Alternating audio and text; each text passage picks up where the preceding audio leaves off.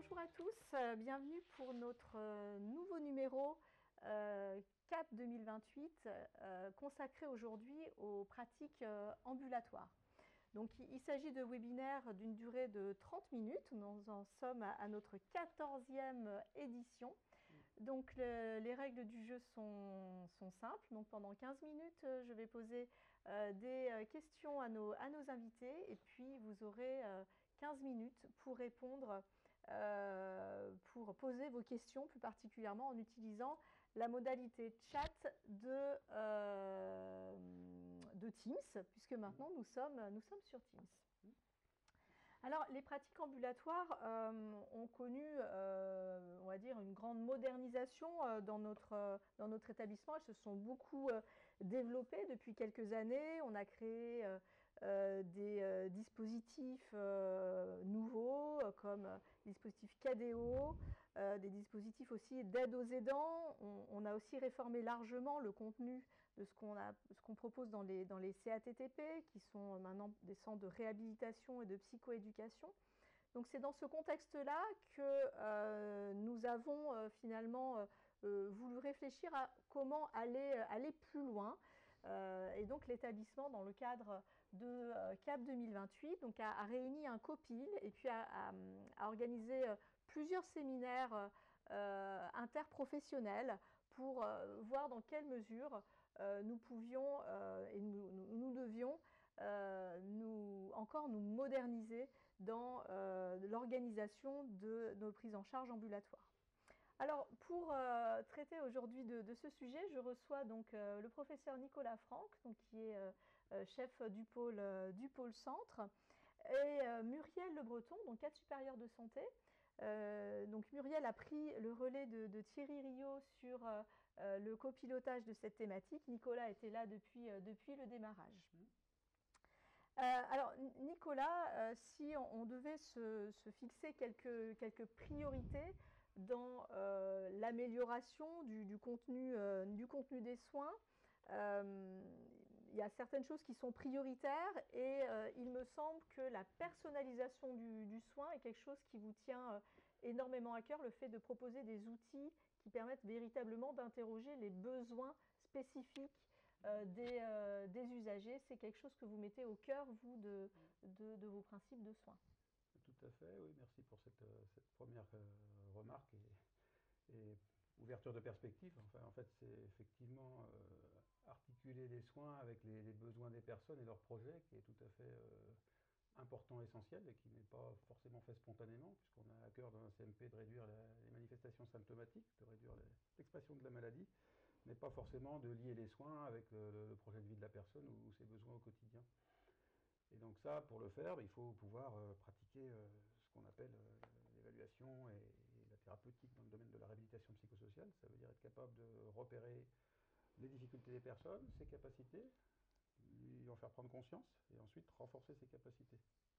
Si on ne va pas proposer ça activement aux personnes, s'il n'y a pas quelqu'un pour incarner finalement le rétablissement dans la structure, les personnes ne seront pas capables de le demander elles-mêmes parce qu'elles sont enfermées dans leur quotidien et elles viennent réclamer les mêmes traitements qu'ils ont soulagés depuis des années, chaque mois ou 3 mois ou 6 mois, même si on a espacé les rendez-vous.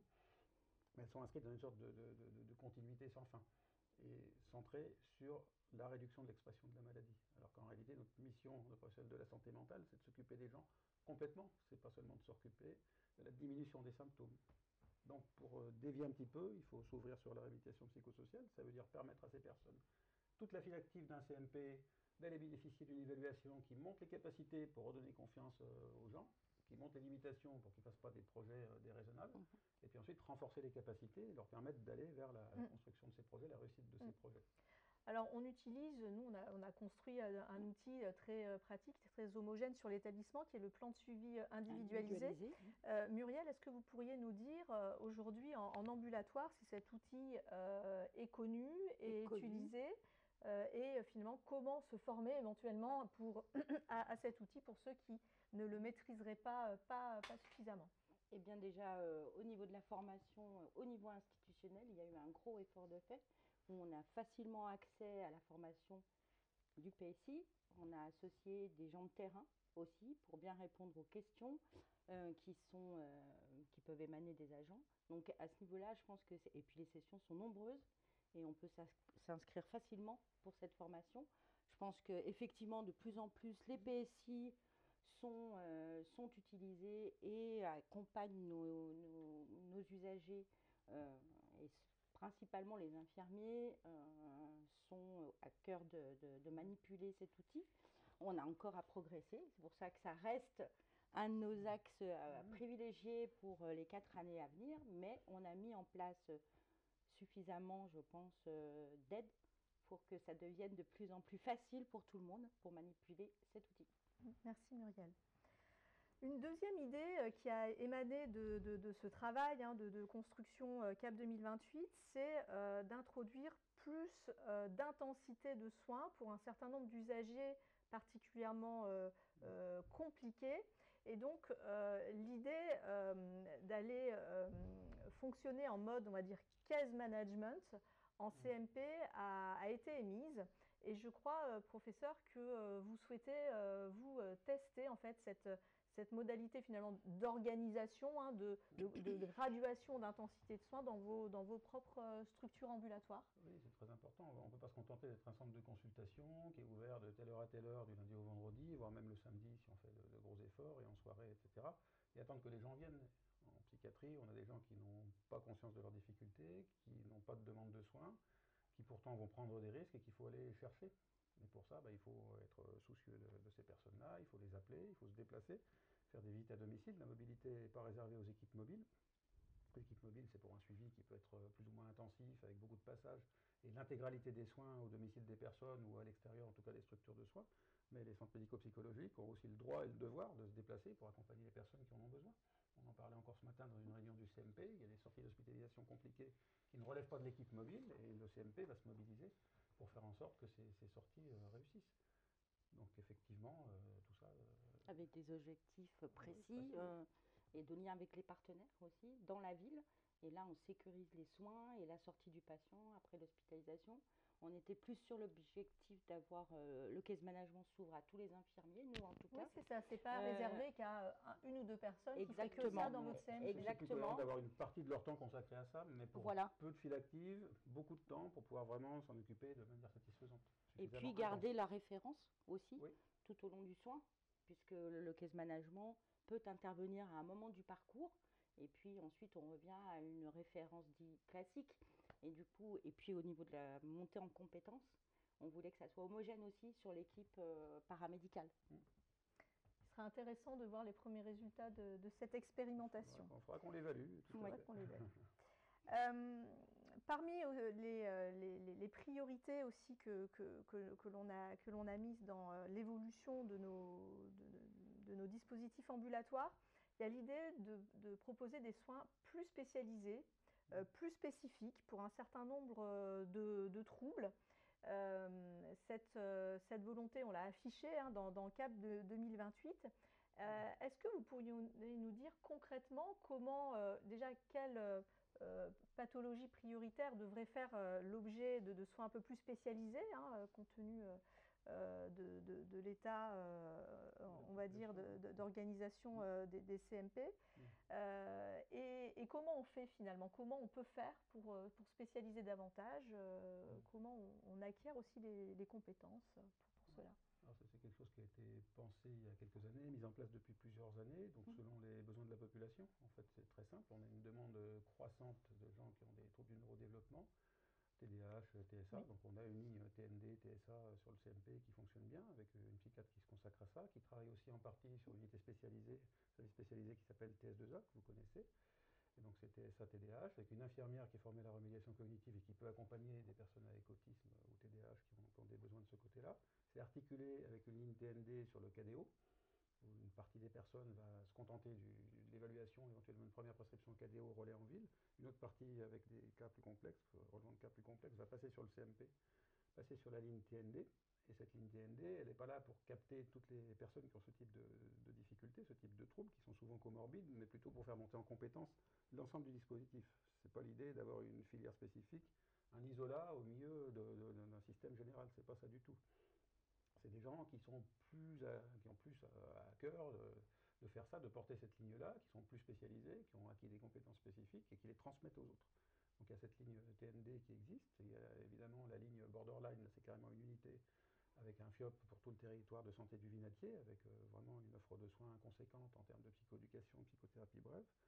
TCD, on a la ligne obligation de soins, et puis on se pose la question, on a la ligne Addicto aussi qu'on veut pérenniser, là on a toute une organisation avec l'ELSA du Vinatier qu'on met en place après le départ d'un médecin qui est resté 1 an et qui a fait beaucoup de bien à tout le monde. Ça veut dire voir des personnes avec des addictions, et vous savez que les addictions sont comorbides de tout en psychiatrie, donc c'est très important, et l'addictologie de secteur, j'en parle souvent avec le professeur Roland, c'est quelque chose de très important. On ne peut pas penser que les gens vont aller à la fois au CMP ou au XAPA. En général, une prise en charge, c'est le maximum pour eux, ou zéro quand on ne va pas les faire faire pour une partie d'entre eux. Donc c'est important d'avoir de la dictologie incluse dans les secteurs. Et ça, on le fait donc depuis un peu plus d'1 an.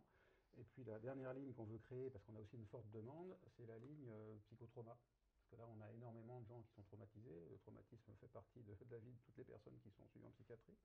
Et le stress post-traumatique est également très important. Alors là, ça passe un certain seuil. Et il faut se spécialiser. Mais encore une fois, ce n'est pas pour capter toutes les personnes qui ont un psychotrauma, parce que ce serait vraiment beaucoup de monde, mais c'est plutôt pour avoir le souci que les personnes qui ont ces psychotraumas sont bien suivies, avoir des gens plus spécialisés pour les cas les plus compliqués, et aussi vraiment donner l'envie de s'occuper de cette problématique. Donc ça, on est en train de la créer. Alors vous donnez l'exemple du pôle centre, le pôle ouest également monte une plateforme de soins spécialisés sur des thématiques que vous avez citées, les troubles borderline, le psychotrauma, et puis réfléchit également sur la question des addictions. Donc on voit qu'il y a un mouvement, on va dire, d'ensemble qui se met en place. Le pôle Est a également certaines prises en charge spécialisées, notamment propose de la psychoéducation pour les troubles borderline, à monter des groupes spécialisés. Donc on voit que ça avance à vitesse peut-être un peu différente entre les pôles, mais qu'il y a vraiment cette volonté de proposer, d'aller au-delà du soin généraliste habituel, pathologie, grande pathologie en psychiatrie, pour aller vraiment proposer des prises en charge pour les cas les plus complexes. C'est très important parce que ça permet de garder une vision générale de la personne, tout en prenant en compte vraiment ce qui est au premier plan dans ces problématiques. On ne peut pas se reposer que sur l'avis de centres de recours divers et variés qui vont poser tel diagnostic, puis un autre tel diagnostic, puis tel diagnostic sans vue d'ensemble. C'est très important d'avoir une psychiatrie générale de bonne qualité, et la meilleure manière de le faire, c'est de faire monter en compétence des personnes, des sous-équipes au sein d'une grosse équipe de psychiatrie générale suffisamment consistante. Je pense que c'est la seule solution, sinon on va exploser le système français et aller vers des écueils majeurs pour la population. Alors, le temps file rapidement, donc je vais vous poser une dernière question, on va dire plus organisationnelle, puisque ce travail collectif a porté sur le contenu de soins. On n'a pas eu le temps de tout détailler, mais a aussi émis quelques propositions en termes d'évolution de l'organisation, on va dire, des structures ambulatoires. Parfois, la question des horaires a été posée, qui va reboucler avec la question du temps de travail. Et d'autres questions ont été posées sur mieux organiser l'activité non programmée, par exemple en CMP, mieux pouvoir réguler ces demandes-là. Muriel, alors vous avez une double casquette puisque vous êtes dans ce pilotage de la fiche sur l'ambulatoire, mais vous êtes également en charge du volet ambulatoire, si j'ose dire, du projet RESET, qui est un projet de revue, on va dire, des organisations de travail, et ça peut passer par des changements d'horaire, des changements même de manière de travailler. Est-ce que vous pouvez nous faire quelques ponts entre ce que vous travaillez dans le projet RESET et puis l'impact que ça pourrait avoir sur l'organisation des dispositifs ambulatoires? Quelles sont les options? On est reparti en fait, on a retravaillé avec les agents en fait, on a reconstitué en fait, on a constitué un groupe pilote témoin en fait, à peu près juste avant l'été, pour effectivement s'inscrire dans la continuité du projet actuel et de re-questionner les équipes et voir comment elles cheminaient par rapport à l'adaptation effectivement de l'offre et des différentes activités en cours et comment on pouvait pallier au mieux au niveau de notre organisation. Donc le travail est en cours. On a vraiment des personnes investies qui viennent régulièrement. Ils nous ont à cette occasion demandé un questionnaire Oui. qui est en ce moment En diffusion. En diffusion. Donc les personnes peuvent répondre à ce questionnaire. Oui, tout personnel confondu en D'accord. fait.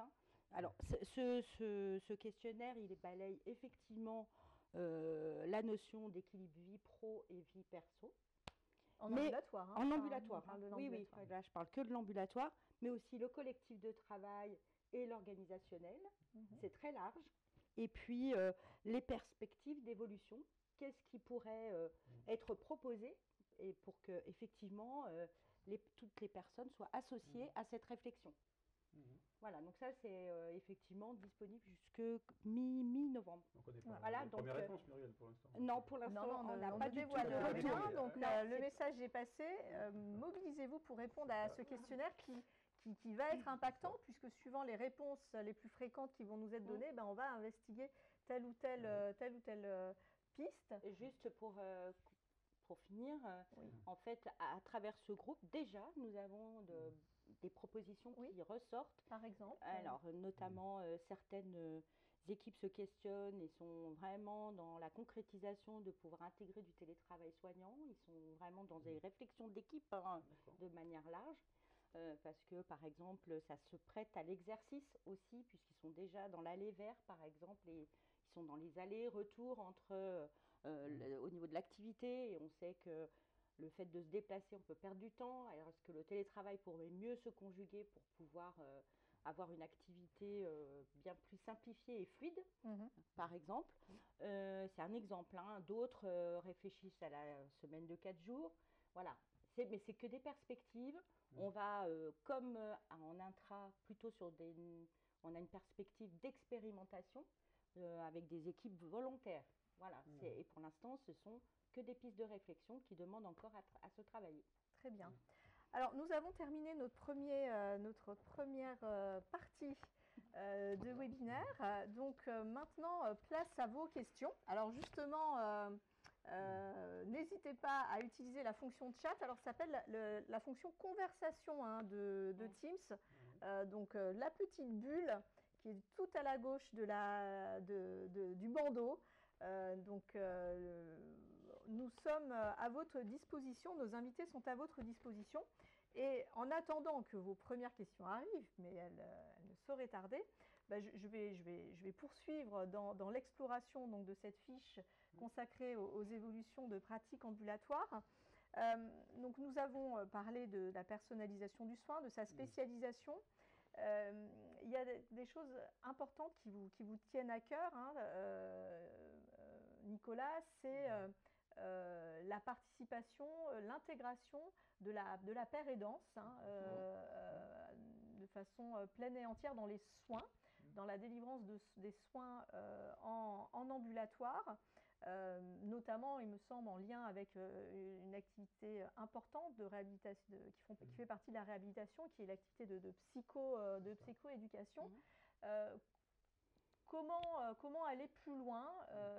Est-ce que vous pensez que la paire aidance est suffisamment ancrée dans notre établissement ou elle mérite encore d'être amplifiée? Elle mérite vraiment d'être amplifiée parce que pour moi, la seule cible qu'on peut souhaiter et qu'il faut absolument atteindre, c'est toute personne qui est suivie dans l'établissement peut rencontrer un père aidant. On en est loin.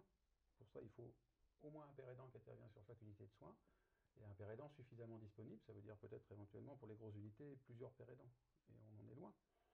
Et ce qu'on voit, en tout cas, c'est que là où c'est fait, les pères aidants se sont complètement intégrés dans les équipes. Encore une fois, je fais allusion à la réunion du CMP de ce matin. Muriel, vous étiez là. Vous avez vu Fabrice Solière, qui est l'un des pères aidants du CMP. Il fait complètement partie de l'équipe. Il incarne le rétablissement. Il porte les directives anticipées en psychiatrie ou plan de crise conjoint, selon comment on veut les appeler. Il porte des entretiens pour incarner le rétablissement et mobiliser les personnes pour qu'elles s'investissent dans leur traitement. Il porte l'espoir aussi. Et puis bien sûr, il participe à des actions de psychoéducation, collective en général, au CATTP de l'autre côté de la rue, et individuelle dans le cadre du CMP.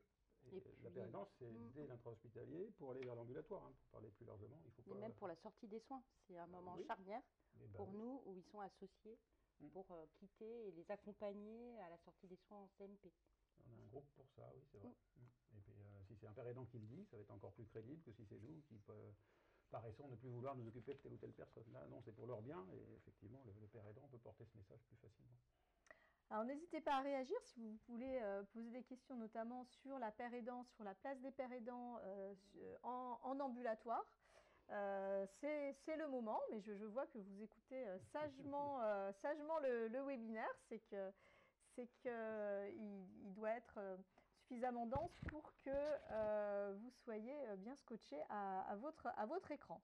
Néanmoins, n'hésitez pas à interagir, à poser vos questions, des questions qui peuvent être aussi impertinentes. Toutes les questions sont bonnes à prendre. J'en profite pour rebondir peut-être encore sur la pérédance, parce que je pense que l'établissement fait bien de goûter à la pérédance par la prestation, avec la plateforme d'Esper, l'association.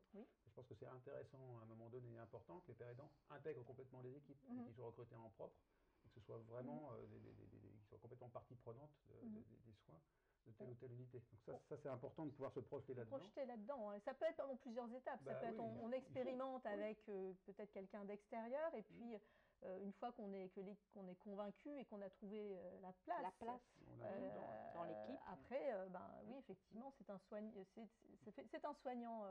comme un autre finalement, un membre de l'équipe qui effectivement qu'on peut intégrer comme un professionnel de l'établissement. Voilà, le raisonnement, je pense, les deux formules ne sont pas incompatibles. Peut-être qu'elles se complètent, elles s'implémentent dans le temps en fait. Successivement. Non, le message, c'est juste de sauter le pas à un moment donné, quoi. Une fois qu'on est à l'aise avec. Alors, nous avions un début de réaction, déjà un bonjour, c'est déjà pas mal. N'hésitez pas à compléter votre question. Autrement, il y a quelque chose. Ah, voilà. Alors, nous avons une demande d'exemples concrets de soins individuels novateurs dans l'accompagnement au CMP.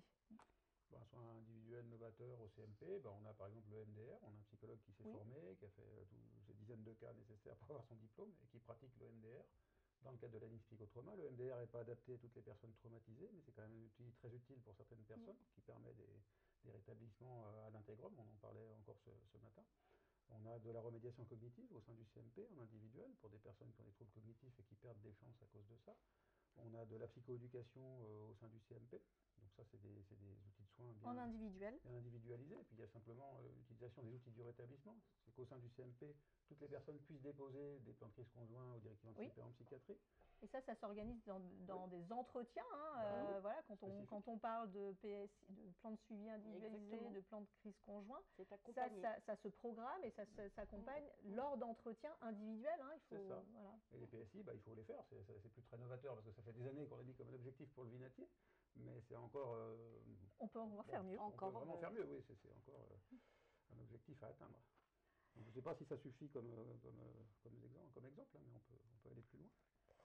Alors, il y a une chose qu'on n'a pas évoquée parmi les dispositifs ambulatoires, c'est des dispositifs d'aide aux aidants, donc qui se diffusent dans les pôles de psychiatrie, pas que adultes d'ailleurs. Il y a également chez les enfants, il y a des programmes brefs qui se diffusent. Alors, ces dispositifs, on souhaite qu'ils perdurent. Ils avaient commencé avant même qu'on écrive notre feuille de route CAP 2028. Aujourd'hui, quelles sont les clés de succès en fait pour que ces dispositifs d'aide aux aidants puissent vraiment être bien implémentés, bien se fondre, on va dire, dans la palette de soins du patient? Alors, à mon avis, la première chose à faire, c'est de créer une UF spécifique, c'est de ne pas mélanger l'aide aux aidants avec le CATTP, parce que sinon, de toute façon, les familles vont croiser les personnes concernées, elles ne seront pas à l'aise, les professionnels ne seront pas à l'aise, parce qu'il faut quand même des espaces un petit peu séparés. Le CMP, ça ne s'y prête pas non plus. Donc, créer une unité d'aide aux aidants, même avec un effectif très petit, ça va un petit temps médical, un petit temps infirmier, un petit temps de psycho, par exemple, et un petit temps de père aidant ou de père aidant familial, ça peut être ça. Et puis ensuite, c'est favoriser l'accès à ce dispositif. Si vous vous contentez de créer le dispositif et que vous n'allez pas chercher les familles, elles sont suffisamment désespérées pour ne pas pouvoir s'en saisir. Si vous mettez des affiches sur les murs ou si c'est dit une fois par-ci par-là, ça ne va pas suffire. Donc la technique qu'on a trouvée qui marche un petit peu mieux, c'est la proposition de rappel systématique. Par exemple, la personne va au CMP, ou la personne est hospitalisée, ou la personne va aux équipes mobiles, et on propose à sa famille, enfin on demande à sa famille si elle serait d'accord pour être rappelée par l'unité d'aide aux aidants. Là, Vous le faites lors du premier entretien familial, par exemple? dès le premier entretien Oui. familial, ou quand on Ouais. croise la famille, quand la famille vient, qu'elle est dans le couloir, ou quand on la croise à la maison, enfin n'importe quelle occasion est bonne, pour demander s'il serait d'accord pour un rappel. On envoie le numéro de téléphone à l'unité d'aide aux aidants, on dit ils sont d'accord pour être rappelés, et là l'unité d'aide aux aidants fait tout. Et D'accord. c'est rare que les familles refusent un petit coup de téléphone. Alors, c'est beaucoup plus efficace en tout cas que de simples affiches sur le mur ou une information collective. Ouais, il y a une organisation derrière, Oui. c'est obligé. C'est comme tout. Alors, y a-t-il d'autres questions parmi notre auditoire, hein, qui compte aujourd'hui près d'une trentaine de participants? Oui. N'hésitez pas, voilà, s'il y a des choses que vous n'avez pas comprises ou vous souhaitez que l'on revienne. C'est vrai qu'on a employé des termes maintenant qui font partie de notre petit jargon, mais il y a peut-être besoin d'explicitation. Alors, on n'a pas abordé un thème important qui a trait à la fonction d'accès aux soins au sein des dispositifs ambulatoires, donc ont été créés il y a quelques années, et le pôle centre a été le pôle pilote des KDO, donc des centres d'accueil, d'évaluation et d'orientation. Ils existent maintenant pour nos 3 pôles de psychiatrie adulte, avec quelques différences, on va dire, de propositions d'organisation ou d'offres de services. Quelles doivent être les missions clés, les missions socles d'un KDO, et jusqu'où aussi doit-il aller ou ne doit-il pas aller, parce qu'on a aussi des ressources limitées. Quelle est votre vision, professeur? Ma vision, elle est simple, hein. C'est le modèle initial du KDO qui est bien éprouvé maintenant, puisqu'il a été créé il y a 4 ans et demi, c'était le 3 juin 2020, c'était juste après le premier confinement. Je m'en souviens très bien. Et là maintenant, on voit quelle est la population. On en parlait avec les psychologues du KDO ce matin, à la réunion du CMP, puisqu'il y a une partie des personnels qui est partagée. Mais on voit que la population qui accède maintenant vient, c'est des jeunes en détresse, qui ont subi des traumatismes, qui ont différents troubles borderline ou autres. Et c'est vraiment intéressant que ces jeunes qui d'habitude n'accédaient pas aux soins, ne savaient pas à qui solliciter, puissent venir sur le KDO. En fait, le KDO, il a été fait pour que toute personne qui a une question sur sa santé mentale puisse voir un professionnel, un psychiatre en première ligne, et puis derrière un psychologue, un infirmier, est orienté à l'endroit qui lui convient. Pour ne pas être discriminant, le KDO doit recevoir les personnes et vraiment analyser la demande. C'est la seule solution. Et le fait de faire ça permet de voir des personnes qui ont des états mentaux à risque, des jeunes qui ont des états mentaux à risque, qui sinon n'accéderaient jamais aux soins. Si vous vous contentez d'un coup de fil, si vous vous contentez d'un questionnaire rempli en ligne, c'est pas apparent. Donc il vaut mieux voir beaucoup de monde, 1000 par an pour un KDO normal, pour dépister quelques dizaines d'états mentaux à risque qu'on va sauver. Ça pour moi c'est très très important. Accès large sans limite, sans filtre, et puis réorientation majoritaire sur des psychologues libéraux, des psychiatres libéraux, des généralistes, des associations diverses et variées, etc. Et puis accès au CMP pour une petite partie. Un KDO, il doit recevoir tout le monde pour pouvoir effectivement permettre à ces jeunes, que je citais là, entre autres, qui accèdent grâce à ça à une psychothérapie, d'entrer dans les soins et de ne pas perdre des chances pour leur vie. Et puis aussi l'état mentaux à risque, c'est ceux qui allaient développer une schizophrénie 2 ans, 3 ans, 5 ans plus tard, qu'on va dépister et on va leur éviter d'avoir une trajectoire aussi dégradée qu'ils l'auraient eu sinon. C'est très important. Mission ambitieuse, hein, parce que le besoin est énorme, nos ressources sont limitées, donc c'est vrai que chaque pôle a trouvé une formule qui prend en compte aussi ces ressources, mais on sait que c'est des choses sur lesquelles il faut qu'on continue à s'ajuster. Alors il y a une question qui est revenue, qui sera peut-être la dernière question. Donc en lien avec la collaboration avec les pères aidants, comment définir la place de chacun pour garantir un accompagnement respectueux et coordonné? Et du coup, quelles sont les limites, les complémentarités entre le rôle des pères aidants et celui des professionnels de santé dans le suivi? Eh bien oui, vous voulez, sinon je commence, puis je vous passe la parole. Donc, je crois que c'est très très important quand on accueille un père aidant de préparer l'équipe. Oui. Ça, c'est pour que l'équipe l'accueille de manière positive, qu'elle ait une représentation de ce qu'il peut faire. Qu'elle soit formée déjà Qu'elle soit finalement formée à déjà. qu'est-ce qu'un père aidant. Oui, sensibiliser, former, oui. Il y a un petit livret qui est sur le site du centre ressources qui est bien fait, qu'il puisse y avoir des réunions de préparation pour conceptualiser la place du père aidant, la créer et qu'elle soit dans l'esprit de chacun. Et puis c'est aussi que le père aidant ne tombe pas dans l'inconnu, donc avoir une fiche de poste bien définie. Et effectivement, les tâches qu'on confie au père aidant ne sont pas les tâches d'un infirmier, il n'y a pas de glissement de tâches, et vice-versa. Donc c'est vraiment une profession en plus, complémentaire, qui fait des choses qui n'étaient pas faites jusque-là, au bénéfice de la population.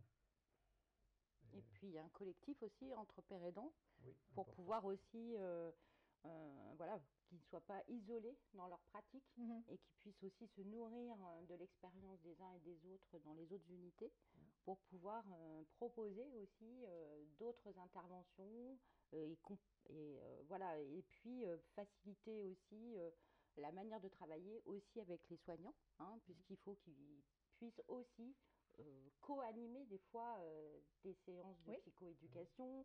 Ça, ils sont très associés. Et du coup, ça, c'est aussi une manière de les intégrer dans l'équipe qui est assez porteuse, je pense, pour pouvoir bien apprendre à se connaître et puis les apports que peuvent donner en plus le père aidant. Merci. Nous voilà au terme de notre webinaire qui a été riche, je crois, extrêmement riche en informations, en connaissances sur les évolutions à venir de nos structures ambulatoires et de notre façon de prendre soin de nos usagers au plus près de leur lieu de vie. Je remercie Nicolas Franck, Muriel Le Breton pour leur participation éclairée, leurs avis éclairés.